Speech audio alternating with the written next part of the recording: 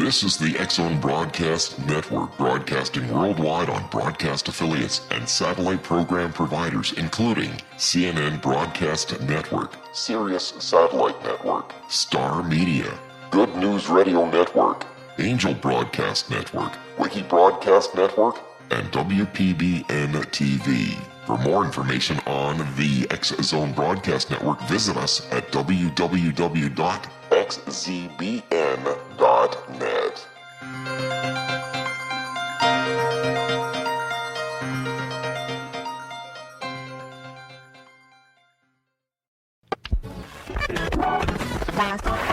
All Hit Radio.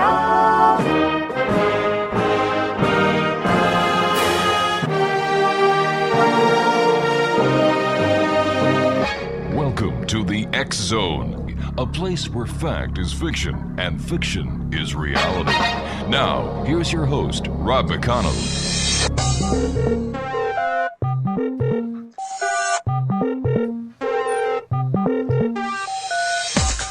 Welcome back, everyone. This is the X-Zone. My name is Rob McConnell, coming to you from our broadcast center in Hamilton, Ontario, Canada. Worldwide, toll-free 800-610-7035. Email xzone at xzoneradiotv.com on all the major social media sites. X-Zone Radio TV, and our website is www.xzoneradiotv.com. My guest this hour is Ed Roman, and right out of the gate with his freshman release in 2000, Special Ed and the Musically Challenged, Ed Roman defined his paradigm with inventive, infectious tunes that shook one's marrow and stirred the spirit. Ooh, I love that. This guy is truly unique, X-Zone Nation. 3 follow-up releases with SEMC continued to mesmerize and astonish with music that both kissed and prodded, seduced and challenged, hypnotized and enlightened. Joining me now is a fellow Ontarian and a fellow Canadian, Ed Roman. And Ed, welcome to the X-Zone. Rob, it's a pleasure to be here, and thanks so much for having me. Hey. I was going to say Rob McConnell, and here I'm thinking of the Boss Brass. Well, yeah, unfortunately, no relations, but this is funny. I was in London, Ontario at 1290 CJBK when he was there. Okay. And we confused a lot of people. We really did. I'm sure you did. But unfortunately, I don't play trombone. I do play guitar. And, I was so sad to hear that Rob passed away a number of years ago. A great guy. I had the opportunity of meeting him, and we had a couple of beers together once. So Lucky memorable. You. That's wonderful. And you're in the home of Don Thompson as well, too, another great Canadian musician, a bass player, composer, keyboardist, and vibraphonist. Yeah, we are. It's also the home of Michael J. McCurley, another That's right. great Canadian. Let me see. Who else is from here? Wasn't Bill Bird originally from Hamilton? I don't know. That I don't know, but And Tiny Talent Time, the classic. That's right. Was shot out of Hamilton. That's now right. is the time for the show. Yeah, the CHCH amphitheater on King Street. And, Yep. And then let me see. David Wilcox That's right. is from Hamilton. So, Hamilton's not only the Steel City. In my opinion, Hamilton is one of the greatest musical centers in this great country of ours. I'm originally from Montreal, so I had the pleasure of meeting a number of greats in Montreal, including Leonard Cohen way back when, Cliff Edwards from the Bells, Bowser and Wow. Blue, and a host of others. But that's for another show, or the next time you pass through Hamilton, we'll go to a Tim Hortons and have a coffee and chew the fat. So tell me, how did you get into music, Ed? It's been a part of my life, all of my life, as long as I could remember. I'm a dyslexic, and I just want to say, first of all, most people think dyslexia is a learning disability, and it is in some ways if you want to put that moniker on it, but I find it to be actually something that's an advantage. It's more like a gift, because the dyslexics, and all through history, we can point out many of them, whether they be composers or architects or whoever. They have the ability to kind of look outside of the box, and they're kind of forced to just because of their surroundings. So music was a way for me to express myself and sort of come out of my shell. I also grew up in a family of 3 generations of people, where my grandparents were listening to Eastern European music, but my grandmother loved all kinds of music, from like popular music, classical music, Elvis Presley, anybody. But she was always singing, and the idea that music was an important thing was omnipresent in my house, because also to my parents were avid music listeners. My mom saw a lot of the greats at the Brass Rail. Yeah. She always talk about those shows. Same thing with my dad. Brothers and sisters were 10 years older than I was, so I was exposed to that late 60s, 70s kind of experience of music and folk artists and a lot of rock and all that kind of stuff. So I had a plethora of music always happening, but the significance, the importance of it was also because I was the baby. It helped me kind of, hey, I'm here, my rendition of John Jacob Jingleheimer Schmidt on the kitchen table with people, talking and arguing, because I also grew up in a very political family. My dad was the mayor of Markham for 30 years. And he was also the first federal MP in Canada.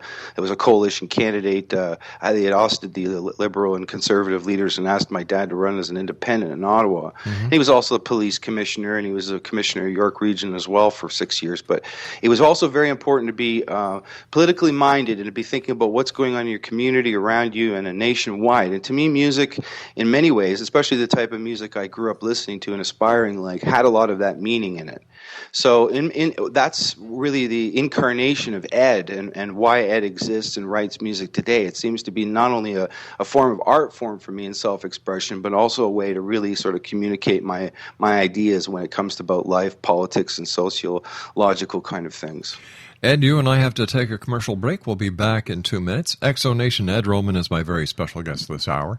His website is www.edroman.net. That's www.edroman.net. And we'll be back on the other side of this 2-minute commercial break as the X Zone continues with yours truly, Rob McConnell, from our broadcast center in Hamilton, Ontario, Canada. Visit us online at www.xzoneradiotv.com and like us at Facebook, X Zone Radio TV. We'll be back in 2. Don't go away.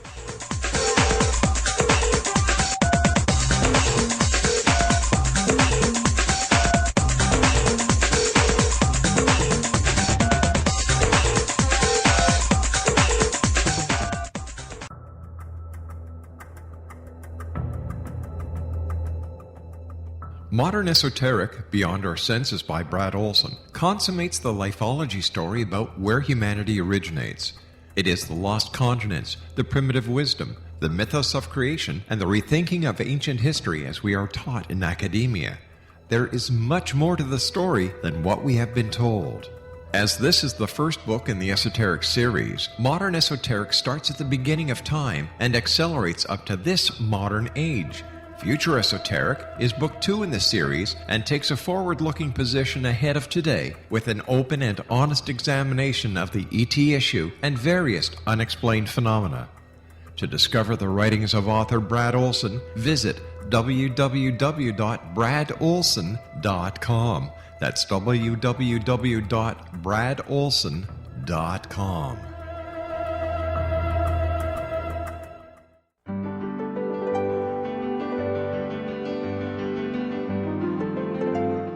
Named one of the world's greatest psychics, Elizabeth Joyce is now giving readings worldwide via Skype.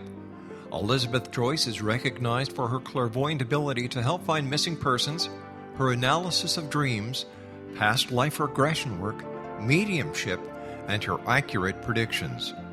Elizabeth has been a frequent guest on the X Zone radio show with yours truly, Rob McConnell, now for several years. For an appointment with Elizabeth Joyce, call 201-934-8986 or Skype at elizabeth.joyce. And for more information, you can always visit Elizabeth Joyce online at www.new-visions.com.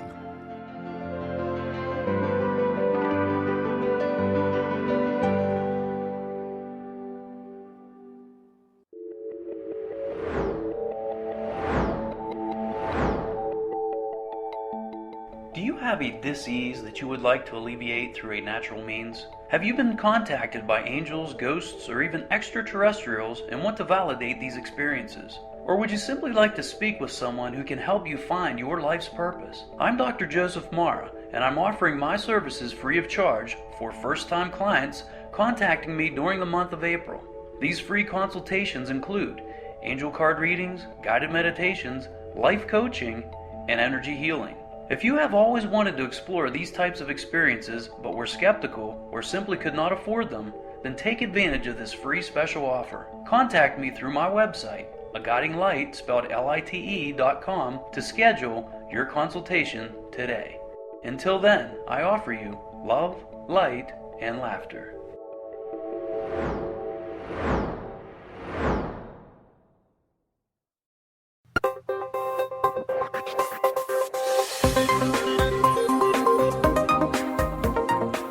Exonation, Ed Roman is my special guest this hour, www.edroman.net.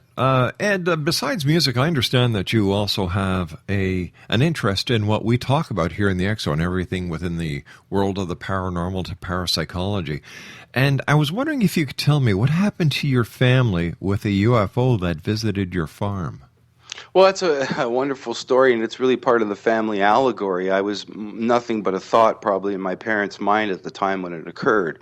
But in 1966, we had an evening happen where my mom was making dinner. It was in November. It was getting dark early, and there was a vibration that started in the house. And my mom had thought, oh, the sump pump had turned on in the basement. She went to check.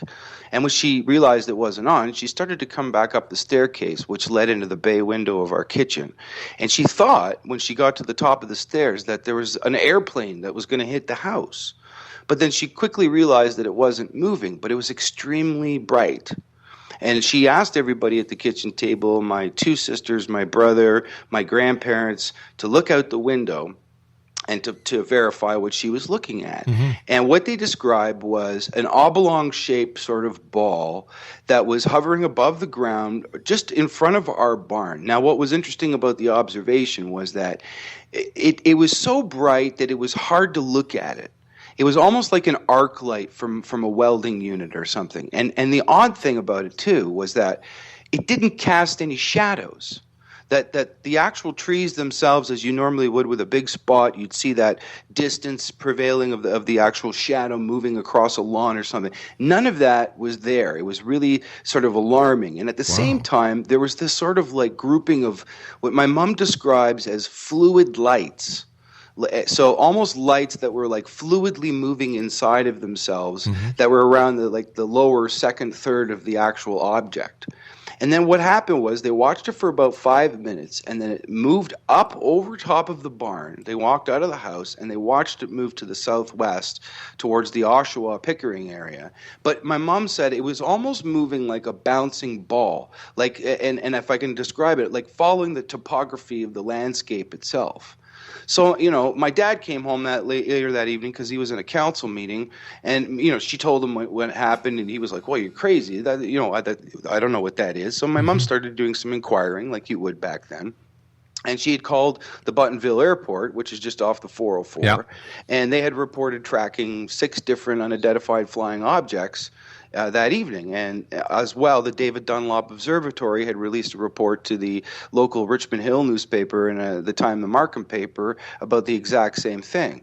So there was this sense of confirmation in the public about it. And at the time, I think that there was sort of an open dialogue about what was going on. And you may have heard reports more frequently about that stuff as opposed to today, where a lot of that stuff is suppressed, not talked about, or you're described as like you're crazy or something. You're seeing something. It's mass hallucination or whatever the excuse happens to be.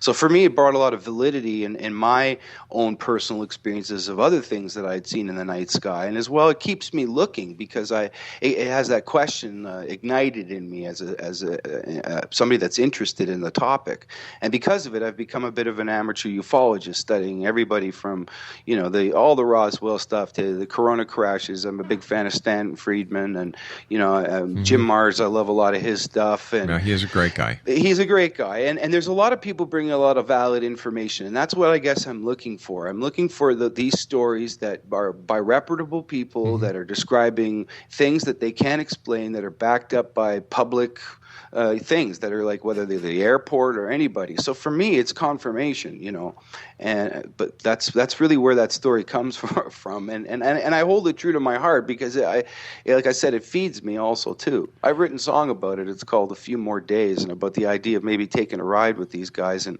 getting a different perspective on things.